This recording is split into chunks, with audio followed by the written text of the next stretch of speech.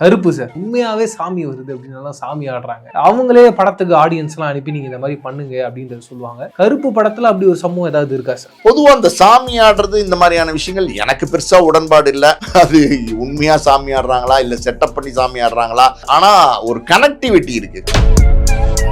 கருப்பு சாமியா சூர்யா வர அந்த சீன்ஸ் எல்லாம் இருக்கு பாத்தீங்களா, அதகலப்படுது. உண்மையிலுமே தியேட்டர்லாம் அதிருது. இந்த படத்தை பொறுத்த வரைக்கும் இதுக்கான எஃபர்ட்னு ஒன்று இருக்குங்களா, அது ரொம்ப ரொம்ப முக்கியம். இந்த படத்துல சூர்யா அவர் போட்டுக்கிட்ட எஃபர்ட், அவர் நடிச்சது, அவர் எப்படியாவது ஒரு பெரிய தியேட்டர்கள் கிட்ட கொடுக்கணும். கலைஞன் பெருசா வெளிச்சத்துக்கு வரான் அப்படின்னா அந்த படத்துல அவனுக்கு சரியான வாய்ப்பு அமையணும். அப்படிதான் பாத்தீங்கன்னா கருப்பு படத்துல பர்ஃபெக்டா அந்த வாய்ப்பு அமைஞ்சு இருந்திருக்கு. யாரு எங்க இருந்து எந்த முனையிலிருந்து தாக்குவாங்கன்னு தெரியாது. அத்தனை தாக்குதல்கள் இருந்தது சூர்யாக்கு. அதெல்லாம் தாண்டி இந்த கருப்பு படம் ஒரு மிகப்பெரிய வெற்றியை கொடுத்திருக்கு. உண்மையாலுமே இது ஒரு பெரிய வெற்றி. அவருடைய ஃபேஸ் ரியாக்ஷனு, எமோஷன்ஸ் எல்லாம் வேற மாதிரி இருக்கும். அது ஒரு மிகப்பெரிய ஒரு படமா சூர்யா கேரியர்ல அமையும். அது தவிர்த்துக்கிட்டே இருந்தாரு. இப்போ அதை பண்ணலாங்கிற முடிவுக்கு வந்துட்டு சொல்றாங்க. அது பண்ணணும் சூர்யா. பண்ணாது சூர்யாவுடைய லெவலே வேற. ரெட்ரோ மீடியா நேயர்களுக்கு வணக்கம். இந்த ஒரு இன்ட்ரெஸ்டிங்கான கான்வர்சேஷன்ல நம்ம கூட ஆஸ்கார் மூவிஸ் ப்ரொடியூசர் பாலாஜி பிரபு சார் இருக்கார். சார் வணக்கம். வணக்கம். Welcome to retro media. கருப்பு சார் எங்க பார்த்தாலும் உண்மையாவே சாமி வருது அப்படின்னு சாமி ஆடுறாங்க. குழந்தைங்கலாம் சாமி ஆடுறாங்க சார். எனக்கு தெரிஞ்சு இதுக்கு முன்னாடி நடுவில் தமிழ் சினிமா இருந்த காலகட்டத்தில் அவங்களே படத்துக்கு ஆடியன்ஸ் எல்லாம் அனுப்பி நீங்க இந்த மாதிரி பண்ணுங்க அப்படின்றத சொல்லுவாங்க. கருப்பு படத்துல அப்படி ஒரு சம்பவம் ஏதாவது இருக்கா சார்? ஆக்சுவலி பார்த்தீங்கன்னா கருப்பு படத்தை பொறுத்த வரைக்கும் பார்த்தீங்கன்னா அது பிரமாதமாக இருக்குது. படம் பிரமாதமாக இருக்குது. சூர்யா பார்த்தீங்கன்னா ஒரு கடவுள் கதாபாத்திரம், கருப்பு சாமி கதாபாத்திரத்தில் நடிச்சிருக்காரு. இந்த கருப்பு சாமியாக சூர்யா வர அந்த சீன்ஸ் எல்லாம் இருக்குது பார்த்தீங்களா, அதகலப்படுது. உண்மையிலுமே தியேட்டர்லாம் அதிருது. சும்மா அதிருது இல்லை அப்படிங்கிற மாதிரி படத்தை எடுத்து வச்சுருக்காங்க. உண்மையிலுமே அவ்வளோ ஒரு பிரமாதமான பிக்சரைசேஷன். அதில் பார்த்தீங்கன்னா விக்ரம் மோர்னு ஒரு ஸ்டென்ட் கோரியோகிராஃபர், அவர் தான் பார்த்தீங்கன்னா காந்தாரா படத்துக்கு பண்ணியிருக்காரு, கேஜிஎஃப் படத்துக்குலாம் பண்ணியிருக்காரு. ஸோ இந்த படத்துக்கு அவங்க சொல்லியிருப்பாங்க போல, இந்த மூட்ல இந்த மாதிரி வேணும் எங்களுக்கு அப்படின்னு சொல்லியிருப்பாங்க போல. அது அப்படியே தத்ரூபமா பிக்சரைஸ் பண்ணி கொடுத்துருக்காரு. சூர்யாவுடைய ஆக்டிங்கு, சூர்யாலாம் இன்னைக்கெல்லாம் பார்த்தீங்கன்னா பிரமாதமாக நடிக்க ஆரம்பிச்சிட்டாரு. ஒரு 3/4 மணி நேரம் படத்தில் சூர்யாவே இருக்க மாட்டார். அதுக்கப்புறம் தான் சூர்யா வருவார். சூர்யா பண்ற எல்லா பெர்ஃபார்மன்ஸும், அதுவும் அந்த கருப்பு சாமியா பண்ற அட்டகாசங்கள் இருக்கு பார்த்தீங்களா, அதகலப்படுது. தியேட்டரை விசில் அடிச்சு கிளாப் பண்ணி அதாவது என்ஜாய் பண்றாங்க. தியேட்டர் அப்படியே அந்த அவங்க என்ன நினைச்சாங்களோ அது அப்படியே தியேட்டர்ல ஆடியன்ஸ்க்கு மேல கடத்திட்டாங்க. ஆடியன்ஸ் பெருசா என்ஜாய் பண்ணாங்க. ரொம்ப பெரிய விஷயம் என்ன அப்படின்னா, இந்த காடு மோடுன்னு ஒரு சாங், அதெல்லாம் பிக்சரைசேஷன் பாருங்களேன். சாங்கும் சூப்பர் ஹிட், பிக்சரைசேஷன் அதோட கிராண்ட், பயங்கரமா. நூத்துக்கணக்கான பேர் டான்சர்ஸ் பின்னாடி ஆட, சூரிய நடுவுல ஆட, கருப்பு சாமியோட ஸ்டாச்சு பின்னாடி, அது ஒரு மாதிரி வேற ஒரு வைப் இருக்கு. அது இந்த படத்துல சூர்யா ஒரு வில்லன் ஹீரோ அப்படின்னா சாயபேங்கர் ஒரு ஹீரோ, அதுல எந்த டவுட்டும் கிடையாது. உண்மையிலுமே பாத்தீங்கன்னா மியூசிக்கை பொறுத்த வரைக்கும் அடிபொலி பிரிச்சு மேய்ஞ்சிருக்காரு. அதுவும் அந்த பர்டிகுலரா சூர்யா கருப்புசாமியா வர அந்த காட்சிகள் எல்லாம் அவரோட மியூசிக் மிக மிக பிளஸ் பாயிண்டா மாறி. டூட் படம் வரும்போது சார் அவர் அத்தனை பேர் கிரிட்டிசைஸ் பண்ணாங்க சார்.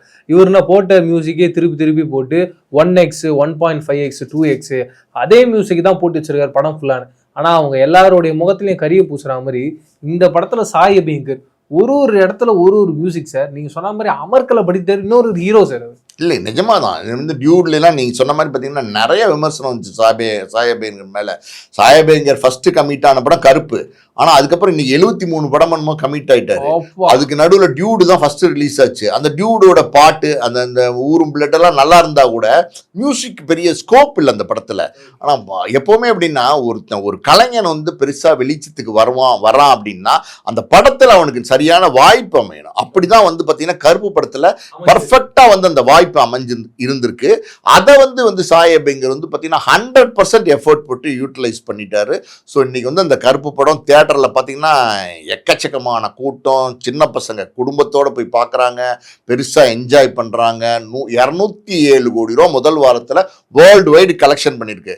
இது சூர்யாவோட படத்திலேயே பார்த்தீங்கன்னா ரெக்கார்ட் பிரேக். இதுதான் ஃபர்ஸ்ட் கலெக்ஷன். ஒரு வாரத்தில் 207 கோடி தாண்டி கலெக்ட் பண்ணிட்டு இதுதான் ஃபர்ஸ்ட். இதுக்கு முன்னாடி சிங்கம் 2 ஒரு பெரிய கலெக்ஷன் யோசனை பண்ணுச்சு. ஒரு மாஸ் ஹீரோக்கு இந்த மாதிரி ஒரு மாஸ் படம் கலெக்ஷன் அள்ளி கொடுக்குற படம் வரணும், அப்பதான் அந்த மார்க்கெட் வந்து பல மடங்கு ஏறும். அந்த மாதிரி சிங்கம் 2க்கு அப்புறம் கிட்டத்தட்ட ஒரு 13-14 வருஷமா சூர்யா வந்து பெருசா போராடுறாரு அடுத்து ஒரு பெரிய பிரேக் த்ரூக்கு.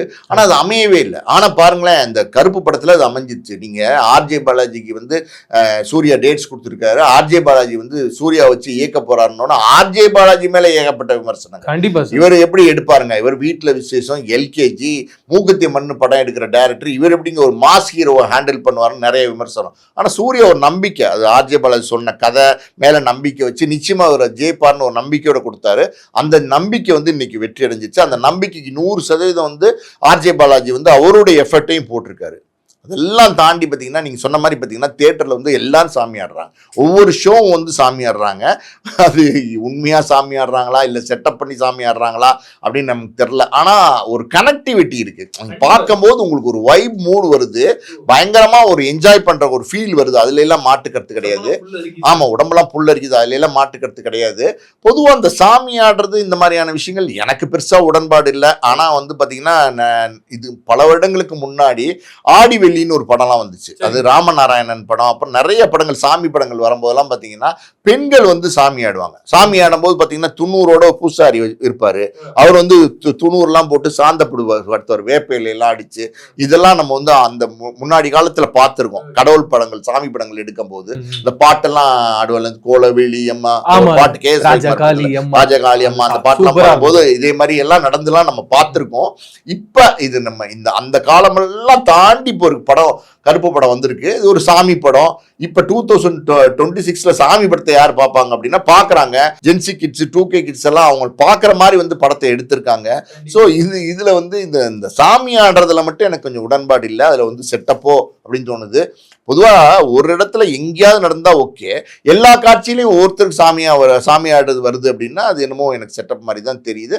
ஆனா அந்த வைப் வந்து கடத்திருக்காங்கிறதுல மாட்டுக்கிறது கிடையாது. சார் நீங்க சொன்னீங்க படம் வந்து பாக்ஸ் ஆஃபீஸில் பெரிய கலெக்ஷன்னு. எனக்கு என்னன்னா சார், இந்த திரைப்படம் எந்த அளவுக்கு கலெக்ட் பண்ணணும்னு நினைக்கிறீங்க? ஏன்னா சூர்யா சார் ஃபேன்ஸுக்குலாம் வந்து ஒரு பெரிய சந்தோஷம். இத்தனை வருஷமாக சூர்யா சார் தொடர்ந்து படங்கள் பண்ணிக்கிட்டே இருக்காரு. நீங்கள் சொன்ன மாதிரி ஆஃப்டர் சிங்கம் ஒரு கரெக்டான பிரேக் கிடைக்கலன்னு ஒரு பெரிய வருத்தத்தில் இருந்தாங்க. மிக முக்கியமாக பயங்கர சூப்பராக வந்து சூரரை போட்டுறா இருக்கட்டும், ஜெய்வி மாறட்டும், ரெண்டுமே ஓடிடியில் லாக் ஆகிடுச்சு. அது தேட்டருக்கு வந்திருந்தால் கண்டிப்பாக அதுவும் பாக்ஸ் ஆஃபீஸில் பெரிய நம்பர் பண்ணிடும். ஆனால் ஒரு 13 வருஷம் ஆயிடுச்சு. என்னடா சூர்யா சார் ஒரு கரெக்டான ஒரு பிளாக் பஸ்டர் அமையிலேயே நினைச்சிட்டு இருக்கும்போது ஒரு ஃபுல் மீல்ஸ் போட்டு அமர்ந்துச்சு சார். எந்த அளவுக்கு சார் இந்த படம் கலெக்ட் பண்ணும்?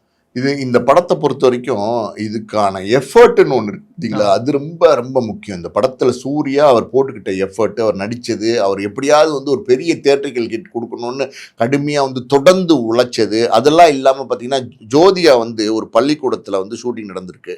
எங்கேயோ தஞ்சாவூரோ எங்கேயோ வந்து பள்ளிக்கூடங்கள் வந்து பெருசாக கவனிப்பு இல்லாமல் இருக்குது. அதே மாதிரி ஹாஸ்பிட்டல் வந்து பெருசாக பராமரிக்காமல் இருக்குது.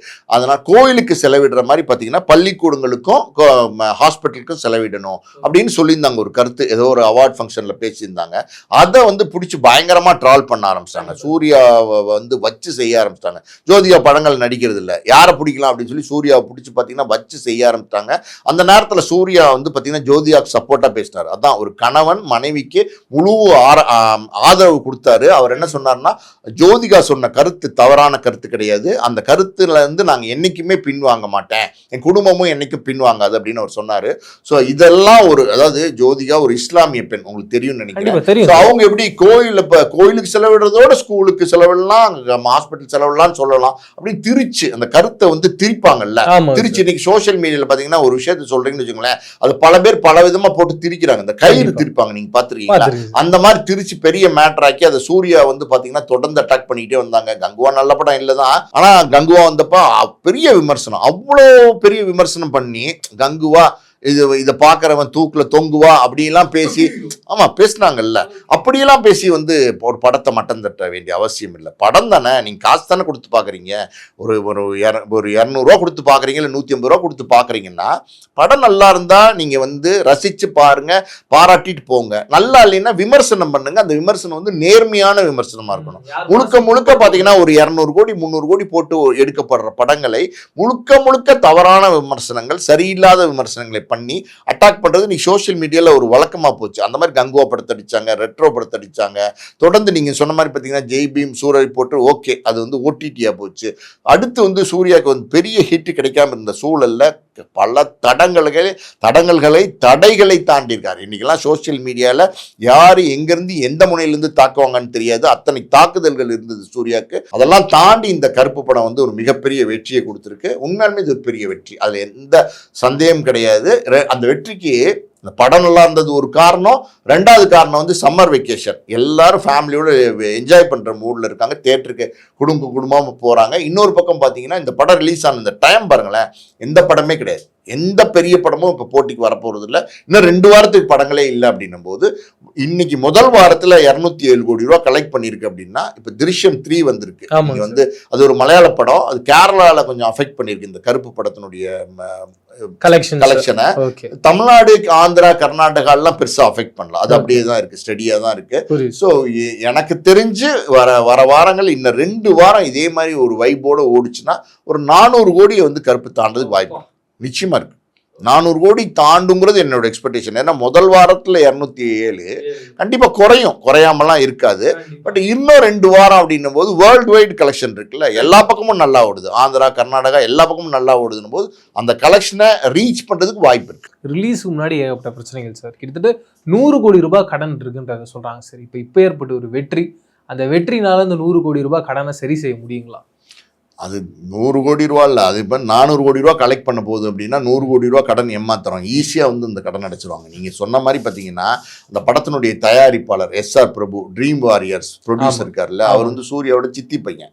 கிட்டத்தட்ட பார்த்தீங்கன்னா சூர்யா அவர் எல்லாமே நெருங்கிய உறவினர்களாக இருக்கிறதுனால அவங்களுடைய பேனர் படம் மாதிரி தான், சூர்யாவோட சொந்த படம் மாதிரி தான் இது கிட்டத்தட்ட. அப்படின்னும் போது பார்த்தீங்கன்னா இது அந்த தயாரிப்பாளர் இதுக்கு முன்னாடி ஜப்பான் ஒரு படம் எடுத்தார் கார்த்தியை வச்சு, அதில் கிட்டத்தட்ட ஒரு 20 கோடி ரூபா தமிழ்நாட்டு தியேட்டருக்கெல்லாம் லாஸ். அதுக்கப்புறம் கேஜிஎஃப் படம் இருக்கு இல்லையா, அது விநியோக உரிமை வாங்கி ரிலீஸ் பண்ணார், தமிழ்நாடு விநியோக உரிமையை. அதுல கிட்டத்தட்ட ஒரு 15 கோடி ரூபா அந்த தயாரிப்பாளர் பாக்கி இருந்துச்சு. ஒரு பக்கம் பாத்தீங்கன்னா திருப்பூர் சுப்பிரமணியம் சார், அவர் நல்ல ஃபைனான்சர், அவர் ஒரு 20 கோடி ரூபா வந்து கருப்பு படத்துக்கு வந்து ஃபைனான்ஸ் கொடுத்துருக்காரு. ஸோ அது இல்லாமல் பார்த்தீங்கன்னா அன்னபூர்ணா ஸ்டுடியோஸ் ஆந்திராவில் இருக்காங்கல்ல, அவங்களுக்கு ஒரு 8 கோடி ரூபா பாக்கி இருந்துச்சு. அப்படி இப்படி பாம்பே ஃபைனான்சர் அதுன்னு சொல்லி 100 கோடி ரூபா பாக்கி இருந்துச்சு. மே 14 வர வேண்டிய படம் அது மே 14 வராமல் ஒரு நாள் தடைபட்டுருச்சு. 9 மணி ஸ்பெஷல் ஷோ கொடுத்தாங்க. நம்ம முதலமைச்சர் விஜய் அவர்கள் வந்ததுக்கப்புறம் முதல் படத்துக்கு 9 மணிக்கு ஸ்பெஷல் ஷோ கொடுத்தாங்க. ஆனால் கூட இந்த படத்தை அன்னைக்கு கொண்டு வர முடியல. அன்னைக்கு தியேட்டருக்கு வந்த சூர்யாவோட ரசிகர்லாம் பார்த்தீங்கன்னா விட்டா அழுதுருவாங்க, படம் உடஞ்சிட்டாங்க. அந்த அளவுக்கு பார்த்தீங்கன்னா கண் கலங்கிட்டாங்க. ஏன்னா ஒரு எமோஷனல் கனெக்ட் வந்து சூர்யாவோட அவங்களுக்கு இருக்கு. பொதுவாக பார்த்தீங்கன்னா சூப்பர் ஸ்டார், உலகநாயகன், தளபதி இப்படிலாம் சொல்லக்கூடிய காலகட்டங்களில் சூர்யாவை மட்டும்தான் சூர்யா அண்ணா அப்படின்னு சொல்லுவாங்க. அந்த அண்ணங்கிற கனெக்டிவிட்டி, நம்ம குடும்பத்தில் ஒருத்தர் அப்படிங்கிற கனெக்டிவிட்டி வந்து சூர்யா வந்து பல வருஷமாக கொண்டு வந்திருக்காரு.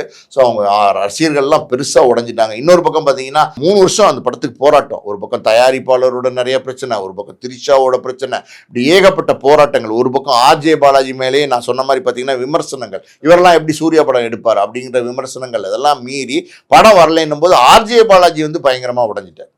அவரே அழுகிற மாதிரி ஆயிப்போட்டார். அவர் வீடியோ எல்லாம் போட்டாரு. இத்தனை தடைகளை தாண்டி இது எப்படி நடந்தது? இப்படி ஒரு 100 கோடி ரூபா ஒரு முதல் நாள் கடன், அடுத்த நாள் எப்படி இது ரிலீஸ் ஆச்சு? மே 14 ரிலீஸ் ஆகல, மே 15 காலையில 9 மணி ஷோ எல்லா தேட்டர்லையும் ஓடிச்சு. எப்படின்னா அது எல்லாமே சூர்யா எடுத்துட்டு எஃபர்ட். சூர்யா வந்தார், பாம்பேல வந்தார், 100 கோடி ரூபா கடன் அவர் கார்த்தி எல்லாம் சேர்ந்து ஏற்றுக்கிட்டாங்க. அந்த படத்தை அடுத்த நாள் வந்து அவர் ஷூரிட்டி போட்டு கொடுத்தா ஒத்துக்குவாங்க. ஏன்னா அவர் நடிகர், கிட்டத்தட்ட ஒரு 50 கோடி ரூபா சம்பளம் வாங்குறார் ஒரு படத்துக்கு. நான் கொடுக்குறேங்க, கொடுங்க அப்படின்னு சொன்னால் ஒத்துப்பாங்க, கையெழுத்து போட்டு. அப்படி கையெழுத்து போட்டு அந்த படத்தை ரிலீஸ் பண்ணார். அவரோட நம்பிக்கை இந்த படம் வந்து தோக்காதுன்னு, அந்த நம்பிக்கை கடவுளுடைய அனுகிரகம் எல்லாம் சேர்ந்து அதிரிபுதிரியான வெற்றி. 100 கோடி கடன். ஆமா, கருப்புசாமி இறங்கிடுச்சு. 100 கோடி வந்து கடன் இன்னைக்கு வந்து பாத்தீங்கன்னா 400 கோடியை கலெக்ட் பண்ணுச்சுன்னா இந்த கடனை ஈஸியா அடைச்சிருவாங்க. சார் இவ்வளவு பெரிய ஒரு விஷயம் நடந்தது சூர்யா சாரோடைய வாழ்க்கையில. பட் இப்போ விஜய் சாரும் சரி, அஜித் சாரும் சரி, அவங்களுடைய அடுத்தடுத்த வேலையில பயங்கர பிஸியா இருக்காங்க. விஜய் சார் கண்டிப்பா படம் நடிக்க மாட்டாரு, அதுக்கு ரீசன் ஒரு சிஎம் ஆயிட்டாரு. அஜித் சாரும் ஒரு பெரிய கேப் விட்டுருக்காரு. இருந்தாலும் அந்த நம்பர் 1 பொசிஷன் இப்போ யார் வரப்போறா அப்படின்ற ஒரு பேச்சு ஒன்று இருக்கு சார்.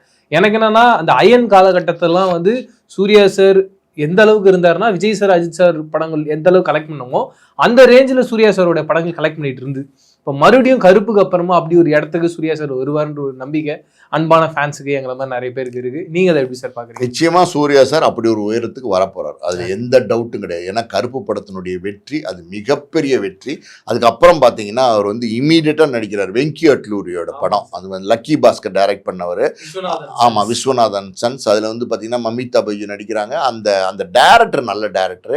நிச்சயமா ஒரு படத்தை வந்து ரொம்ப நேர்த்தியா எடுப்பாரு. அந்த வகையில வந்து சூர்யா ரொம்ப நல்ல நடிகர். ஒரு கேரக்டர் கொடுத்தா அப்படியே டிப்பிக்கலா கேரக்டரா மாறி நடிப்பாரு. ஸோ அதனால அது ஒரு மிகப்பெரிய வெற்றி படமா அமையும். அது வேற மாதிரியான ஒரு ஜேர்னர் படமா இருக்கும், அது மிகப்பெரிய வெற்றி படமா அமையும். அதுக்கப்புறம் பாத்தீங்கன்னா ஜித்து மாதவன் ஆவேசம் பண்ணார்ல, அந்த டைரக்டருக்கு அடுத்து ஒரு படம் பண்றாரு. ஸோ அதுவுமே வந்து நல்ல ஒரு டைரக்டர், நல்ல ஒரு கதைக்களமா இருக்கும். நிச்சயமா அவர் செலக்ட் பண்ணியிருக்காரு அப்படின்னா அதுல ஏதோ விஷயம் இல்லாமலாம் இருக்காது, அதுவுமே ஒரு வெற்றி படமா அமையும். லைனப்ஸ் எல்லாம் பாருங்க, நல்ல எல்லாமே கேட்கும் போது இது ஹிட்.